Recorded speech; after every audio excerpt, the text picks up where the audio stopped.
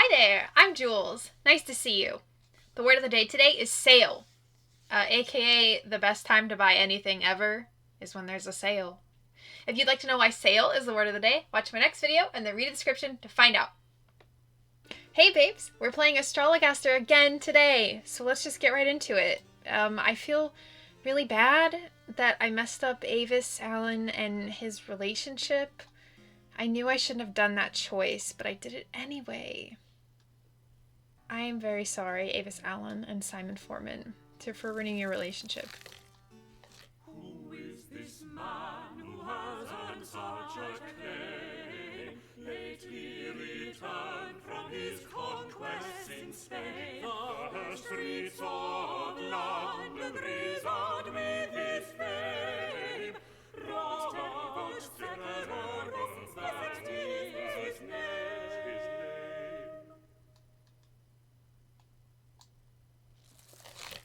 Good day, sir. How may I? By Jupiter! Can it be true? Robert Devereux, the Earl of Essex, Lord of Her Majesty's Privy Council, a hero of the Battle of Cadiz. Prithee, calm yourself, Sirrah. Pray, treat me just as you would any other querate. Of course, as it pleases your lordship. But may I say, what a great privilege it is to... may I offer you a... You are the man who had some success treating the plague some years past, are you not? Oh, indeed, my lord. You are very well informed. My strong water did save many a Londoner from a most lamentable death. Then perchance you might have some cunning cure for me as well, for since I am returned to England upon having resolved that small matter in Spain, I find myself afflicted with the most vexing ailment. Oh, but your most glorious capture of the Spanish city of Cadiz was no small matter, my lord. All England talks of nothing else. Why, pamphlets recounting your heroic exploits are sold on every street corner in London. Mayhap they are. I know nothing of them. My single-handed victory against the King of Spain was but a trifling affair, and the least I could do for my queen and a grateful nation. But I fear vast riches and the hearts of many a Spanish beauty were not the only things I did capture while I was there. What else did you capture in Spain, my lord? I fear I do not grasp your meaning. If you would kindly show me where upon your body you are... As you see, this Spanish disease I caught has me oozing a most disagreeable substance.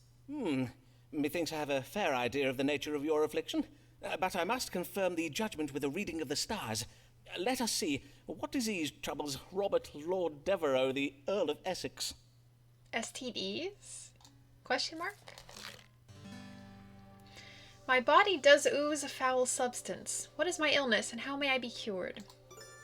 Robert Devereux is suffering from gonorrhea, a disease characterized by white matter running from the privy member and pain when passing urine. The moon falling in Scorpio. This suggests the illness will not last long. Scorpio, ruler of the privy member. Robert Devereux is troubled with love. The sun, domicile in Leo. This suggests the illness will be long-lasting. Neptune. This suggests the illness is curable. Leo, ruler of the heart.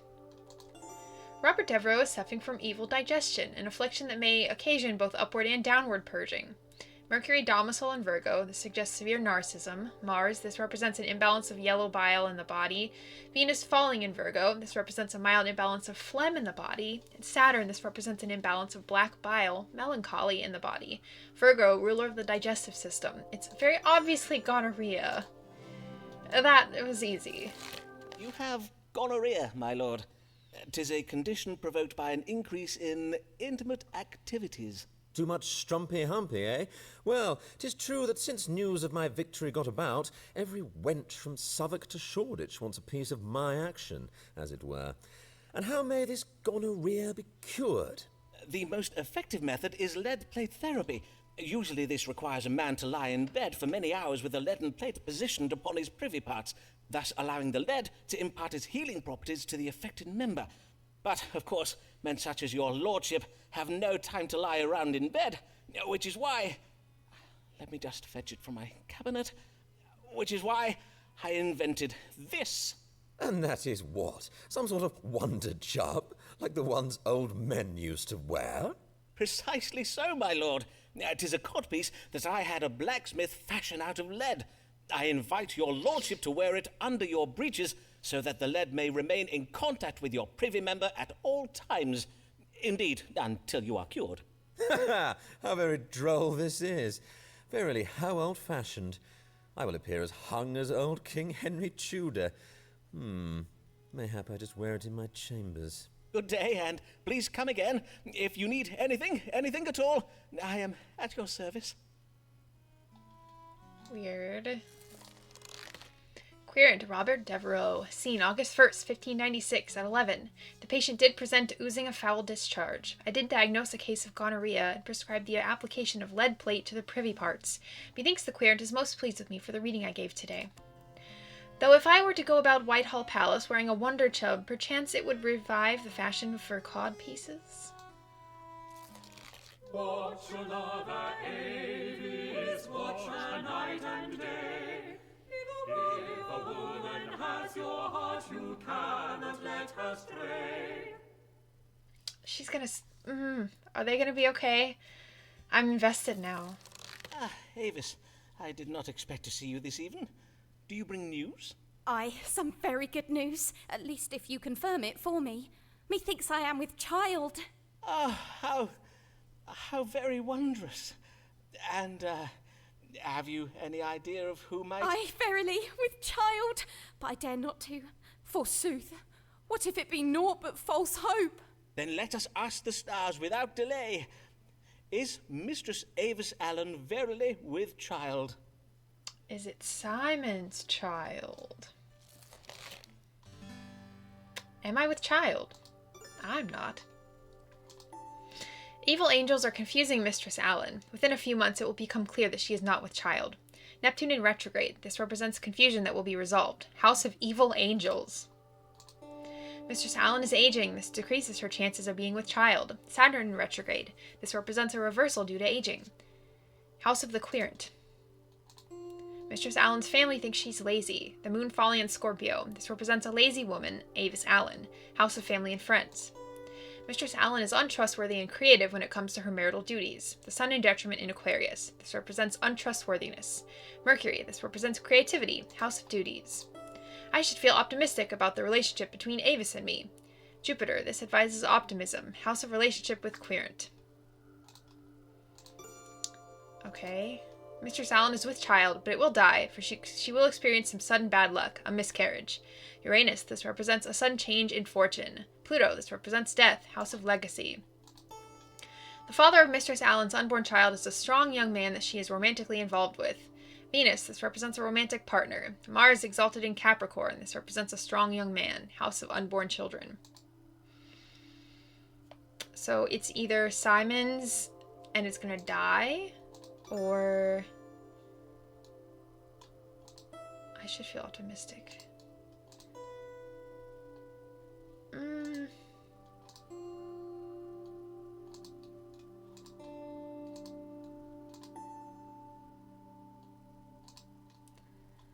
I think that she is with child.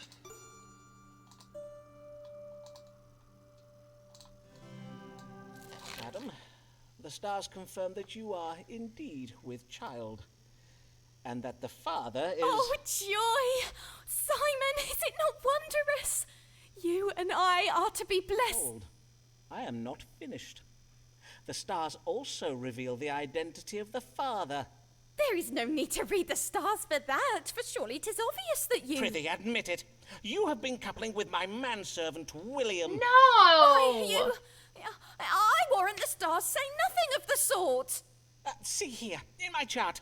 'Tis plain as day. In the House of Children, alongside Venus, there is the planet Mars. Who else but William could that be? But such scribblings of yours, they mean nothing to me. For all I know, you make up those stories about planets and houses and such. Why, verily, perchance you might draw up a new chart, Simon. One that tells of how the planet Avis is no longer in the House of Foreman. You would mock me, madam? You would make a jest of my... Oh, I see.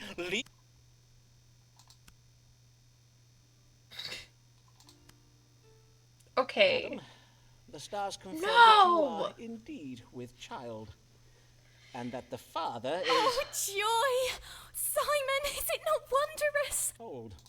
I am I was not trying finished. to back up my The choice. stars also reveal There is the no identity... need. Ugh.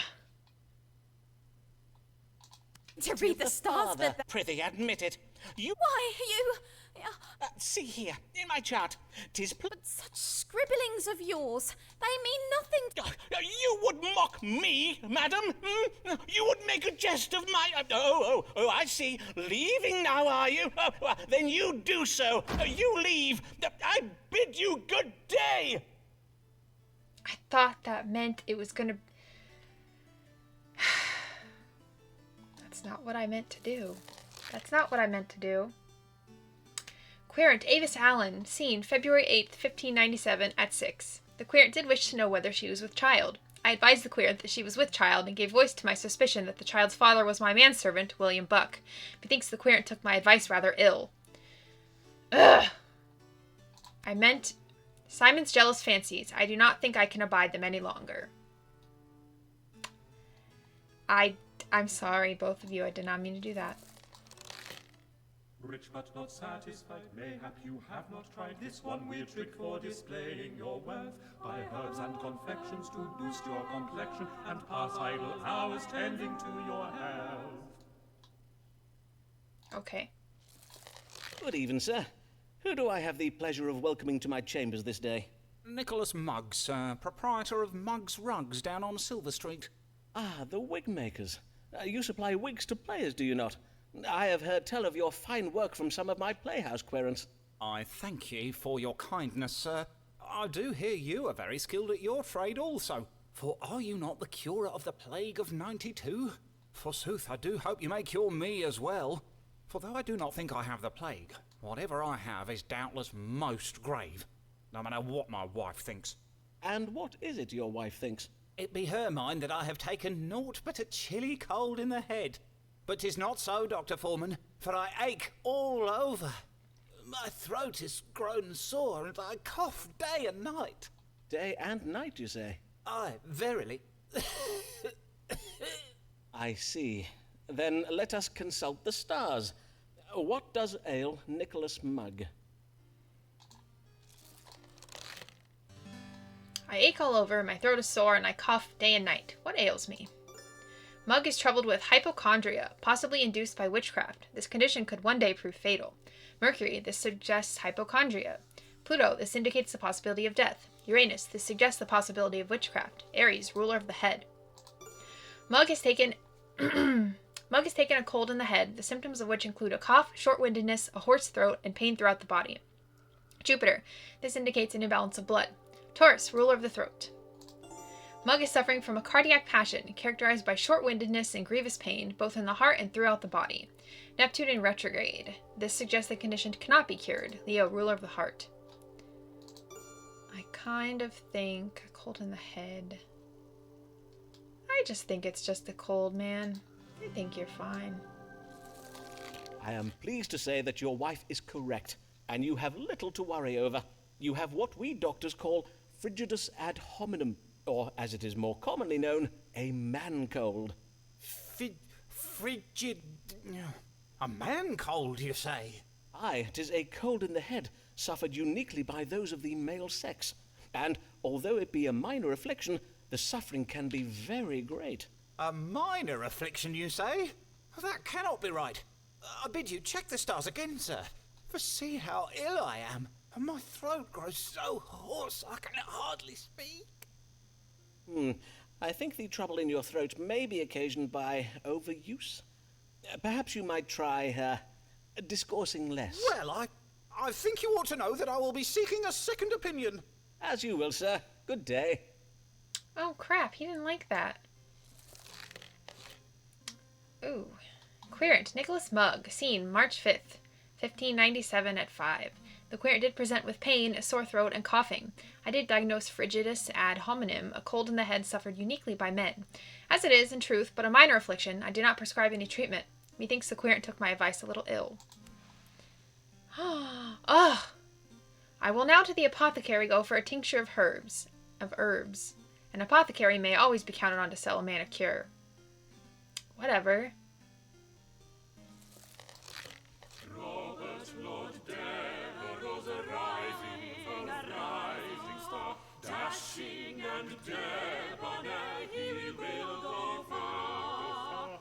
Oh, London greets him with cries of huzzah. In truth, we cannot state where we are. Okay.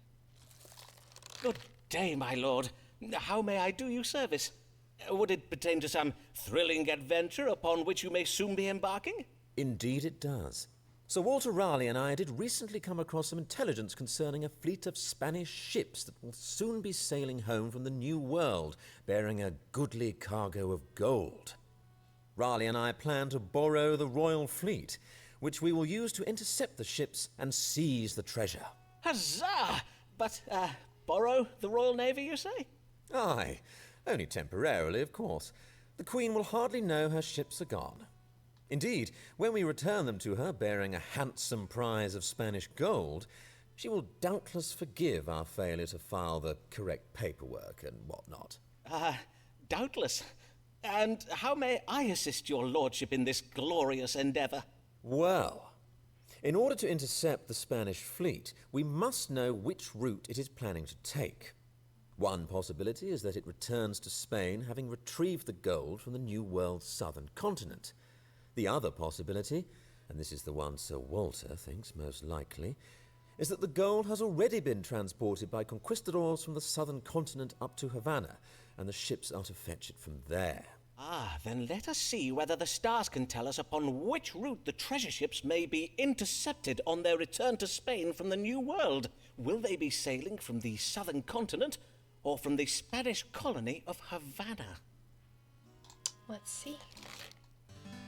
Are the Spanish ships sailing via Havana or direct from the southern New World continent?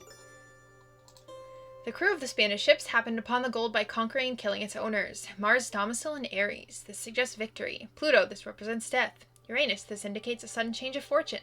House of lost and stolen goods. Through the conquering of foreign peoples, the King of Spain is establishing a fine cultural legacy for future generations. The Sun. This represents authority. Venus domicile in Taurus. This indicates refinement. Mercury. This suggests creativity. Jupiter. This represents foreigners. House of legacy. The Spanish sailors hide a shameful secret that relates to a lack of self-control. Saturn in retrograde. This indicates a reversal of constraint. House of secrets. Devereux should trust his friend Raleigh's instincts. Neptune. This represents instincts. House of friendships. Women factor into the Spaniards' travel plans. The moon. This represents women. House of travel. There's like... Oh, lost and stolen goods. The crew happened on the gold like...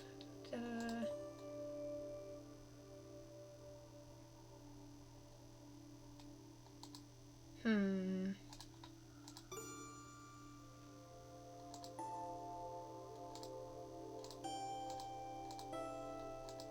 gonna say this one.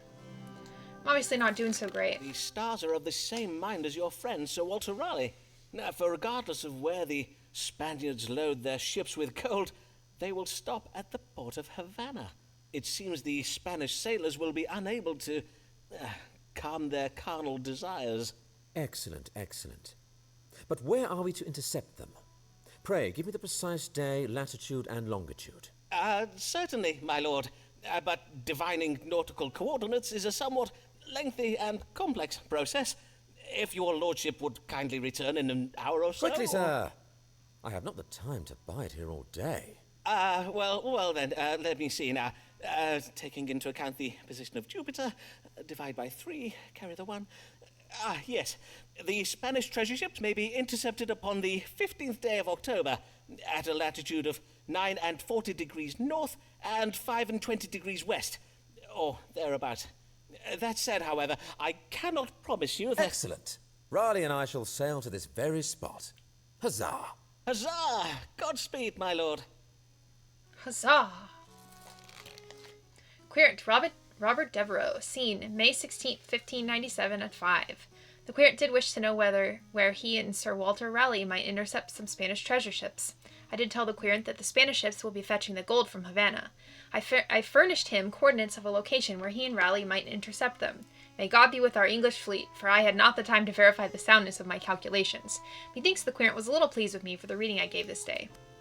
I wonder if my men have yet contrived to scrape all of that damnable Manchego cheese off my astrolabe. Though she never went to school, and she's kind and never cruel, do not take Alice for a fool. Alice Black, she is no fool. She related to Thomas Black? Good evening to you, madam. How might I... Hi. Pray go tell your master, Mr. Foreman, that Mistress Alice Blagg is come to see him. Ah, Mistress Blagg. It is I, Dr. Simon Foreman, at your service. And what an honour it is to welcome the wife of the Dean of Rochester to my humble practice. To whom do I owe my thanks for having recommended you to my care? Well, I will not lie. You owe your thanks to nobody. For folk do tell me that you are not a real doctor, but a quack, who does conjure demons and dabbles most unlawfully in the dark arts. I do assure you, madam, that whatever you may have heard, I am Yea, do not quibble, sir. If I did seek the counsel of a doctor who has one of those fancy medical degrees, or the kind of high-bred know-it-all who does see fit to judge a woman and vex her most cruelly, I would have gone elsewhere. But, truth be told, I have need of such a man as you, for I have been bewitched by a witch. Ah, I see. Yea, a loathsome spell has been cast upon me. It does cause me to awaken in the morning with a most terrible pain in my head, a pain so wretched it does have me chundering into my chamber pot. Pain in the head and involuntary purging. And what leads you to believe your suffering is occasioned by witchcraft? Well, the timing is most unnatural. My troubles do occur every Saturday morning without fail. I suspect the doings of our new neighbour, the widow MacDoon. As well as being Scottish, she does possess several cats. Several cats, you say? One or two of which I may have kicked, and now she has seen fit to take revenge upon me with her dark, foreign magic. Indeed. Scotland is well known for the powerful black witchcraft practiced by its womenfolk. But as compelling as this evidence may be, my practice does draw upon the latest scientifical arts. To diagnose your condition, I must first perform a rigorous astronomical analysis. So, let us see now, what do the stars say is the cause of your Saturday morning suffering? I think you're just getting too lit on Friday nights, girl. What be the cause of my morning illness? Alice's symptoms are caused by noxious food or drink. The sun, this means the condition is chronic. Saturn, this represents black bile. Mercury, domicile in Virgo, this suggests severe addiction. Virgo, ruler of the digestive system. Alice is experiencing early symptoms of being with child. The presence of the moon suggests that the symptoms are acute. The moon falling in Scorpio, this suggests the illness will not last long. Scorpio, ruler of the reproductive system. Alice is bewitched. Uranus in retrograde. This suggests a mild enchantment cast by a witch. Pluto in retrograde. The illness will get worse before it gets better. Aries, ruler of the head. It's definitely this one. Severe addiction, yeah. Girl, you getting too lit. Madam, may I delicately inquire as to whether it be the habit of you and your husband to take wine with supper? On Friday evenings, perchance? Drinking a little overmuch on occasion is nothing to be ashamed of. Many of my most respectable querents do find that a fine French claret can be deceptively... Oh, nay, more's the pity. My husband is a tiresome teetotaler who prefers to spend his evenings writing sermons and counting coin. He hardly ever accompanies me to the tavern on Fridays. Does he not? Well, in any case, I am much afraid that the ale you do consume upon these tavern visits may be to blame for your affliction. The consumption of strong drink can provoke an excess of black bile, which then does cause the body to purge itself the following day. I do advise you to consider... Then I am not bewitched. But if that be true, then to poor Molly MacDoon I have been most rude and unneighbourly. For shame. I must go to her this hour and apologise. Fare you well, Mr. Foreman. I must bid you good day. Querent, Alice Blagg. Scene, September 16th, 1597 at 8. The querent did present with headache and involuntary upward purging. I did advise the querent to moderate her consumption of wine and heady spirits. Methinks the querent was a little pleased with me for the reading I gave this day. I will invite my Scottish neighbour to take a conciliatory pint of ale with me.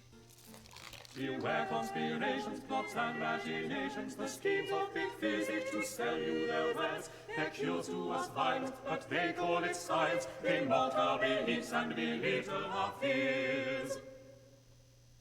Okay. This guy was Well mad at met, me. Mr. Mugg. How fare you since our first consultation? It seems as you were right. Though I was, in sooth, much troubled with the vile disease of, what did you say it was? Fudgipus and Honeyman, I did not die. Frigidus ad hominem. I am most glad to hear it, sir. Indeed, you do look well.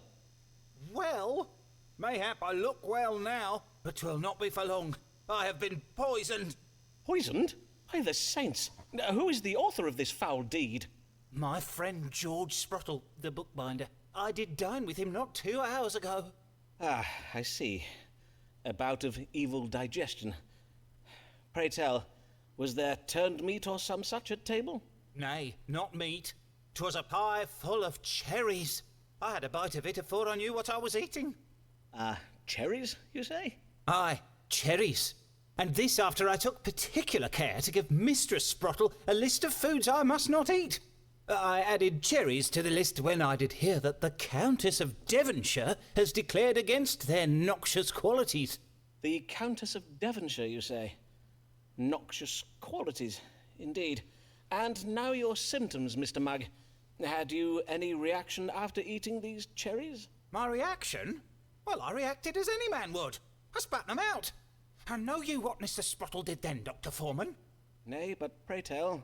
He did laugh at me. He even called me a dinner-ralphing fusspot. Fie, I may soon be in the grave, thanks to George. Will he still be laughing then? Well, let us not speculate, shall we, Mr. Mugg? Now, let us see what the stars may tell us. What ails Nicholas Mugg?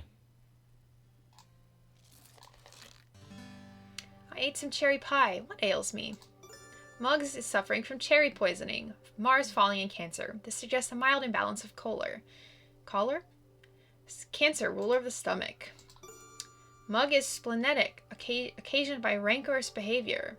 Saturn, this indicates an imbalance of bile. Virgo, ruler of the spleen. I don't think he was poisoned. Your condition has been provoked by the rancor you feel towards your host for having ignored your alimentary demands. These feelings have caused your spleen to produce ill humours, which you are presently venting in the form of bilious anger. Hence it will quickly pass. I see. But what of the cherries I ate? Cherries are perfectly safe to eat. Truly, Mr. Mugg, you must abandon these absurd and superstitious notions about the evils of particular fruits and vegetables. Must I? Aye. Hi. With the exception of onions, of course. For onions do render a man susceptible to the plague. Onions, verily. I thank you for the warning, Dr. Foreman. I shall add onions to my list. Querent, Nicholas Mugg. Scene, October 1st, 1597, at 2.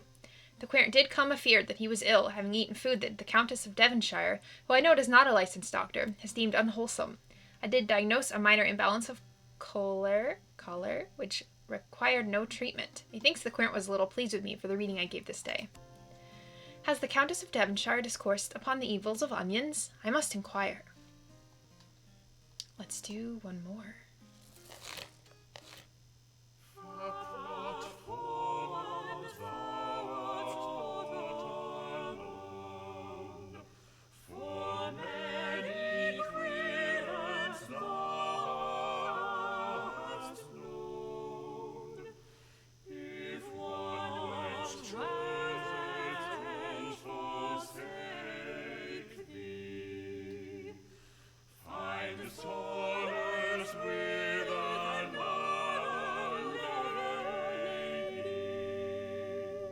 Didn't mean to mess up him and Avis Allen. I'm sorry. I'm autistic. I don't know what I'm saying. There you are.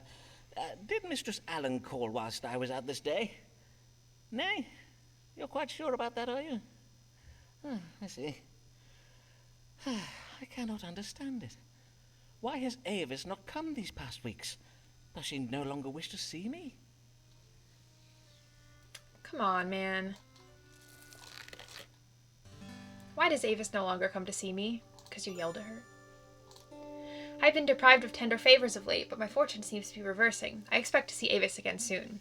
Uranus in retrograde, a reversal due to a change in fortune. Pluto in retrograde, the reverse of sex, chastity, house of the querent. Mistress Allen's reluctance to see me is but the legacy of my unpleasant manner towards her in the past, provoked by my suspicious fancies. Mercury, this represents creativity. Venus in detriment in Scorpio, this represents unpleasantness, house of legacy. That sounds kind of right. Avis feels that she has treated her husband carelessly. Jupiter in detriment in retrograde. This represents carelessness, house of family and friends. It was cruel of Avis to allow me to hope that we would one day be together. Mars falling in Cancer. This represents cruelty, house of hopes. It is only self-constraint and a sense of duty towards her husband that keeps Avis from calling on me. Saturn. This represents constraint and discipline, house of duties. Okay. Avis's feelings cannot be trusted. She harbors romantic feelings towards another man. The sun falling in Libra. This represents untrustworthiness. The moon. This represents emotions. House of love and romance. Avis does not know who has fathered the child she carries. Neptune. This represents confusion. House of unborn children. I think it's this one. No, I don't. I think it's this one. So, yeah. I think it's this one. So, 'tis the madness of my love that keeps Avis away. My jealous passions and accusations have vexed her, mayhap even caused her fright. When she comes to see me again, for she surely will, by and by, I must remember to be kinder to her, to not plague her with my suspicions. And until Avis does return, well, there are other women in the world, are there not? Lovely. Queer, Simon Foreman, seen October 11th, 1597, at 5. I wish to know why Avis Allen no longer comes to see me. I learned that Avis is troubled by my jealousy. I have oft remarked the power my charms have over my lady Querence. Okay, I'll do actual one more. Oh, mail. Sir, I must thank you for resolving the misunderstanding betwixt me and my neighbour, Mistress Molly McDoon. You advised me that my Saturday morning headaches and chunderings were not caused by her witchcraft, but by my consumption of strong drink. You spoke true, and for that I am grateful. Although if Molly was not then the author of my suffering, she surely is now, for since we are become friends, we go together to the tavern every Friday. Your querent, Alice Blagg. Letter of recommendation, 30. Yay! Eyes are nothing like the sun. Its snowy white her breasts are done, and that is our description done, for she is a lady. She's not a lady. Beautiful. Good day, Mistress Lanier. Much time has passed since I last saw you. How do you fare? In truth, not well, Dr. Foreman, not well at all. Then I am full sorry for it, madam. Pray, tell me what manner of ill has befallen you. I have been publicly humiliated. Mr. S. has been circulating a collection of insulting sonnets about an unnamed dark lady, and all of London thinks this dark lady is me. Well, your complexion is rather, that is to I say... am described as having foul breath and black wires for hair, though methinks the very worst line is the one that tells of a gross body rising at the utterance of my name. And I cannot abide illusions, Dr. Foreman. If Mr. S. wishes to reference bodily levitation and other such cheap stage magic, he would do well to leave my name out of it. My interest is in the dramatic arts, not fairground attractions. I am not sure that is quite his meaning. Dr. Foreman, you know of Mr. William Shakespeare, then? Do not tell me you have read the sonnets. Well, I own that I have. But as you did remark, madam, all of London has read them. Oh, well, I am undone. My professional reputation is now utterly spoiled, for now the whole world will look upon me as naught but Mr. Shakespeare's fancy wench.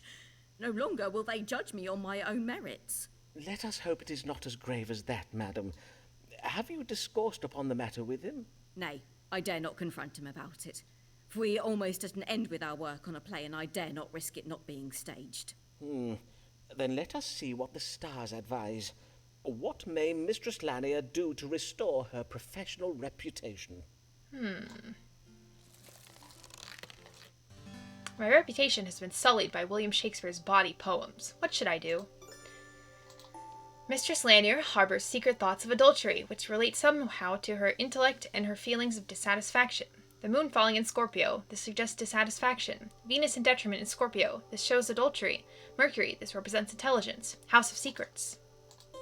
Mistress Lanier is ignorant of her romantic feelings, and this must be reversed. Jupiter in detriment and retrograde, this suggests a reversal of ignorance. House of love and romance. Mistress Lanier should abandon her career ambitions and revert to her true vocation, bringing forth new life. She should have another child. Uranus in retrograde. This represents a sudden reversal of course. Pluto in retrograde. This indicates a reversal of death, life, house of children. No. God will help Mistress Lanier if she exercises constraint and discipline. Saturn. This suggests constraint and discipline. House of God's help. Mistress Lanier is confused about her feelings for me? How interesting. Neptune. This indicates confusion. House of relationship with Querent. No. No. The relationship between Mr. Shakespeare and Mistress Lanier is not an equal one. Shakespeare's arrogance will overshadow Amelia's contribution to the play they are writing. The sun falling in Libra. This represents an arrogant man, Mr. Shakespeare. House of relationships. Mistress Lanier must find a way to dissociate her name from these sonnets, for if she does not, her literary legacy will be betrayed by association with them.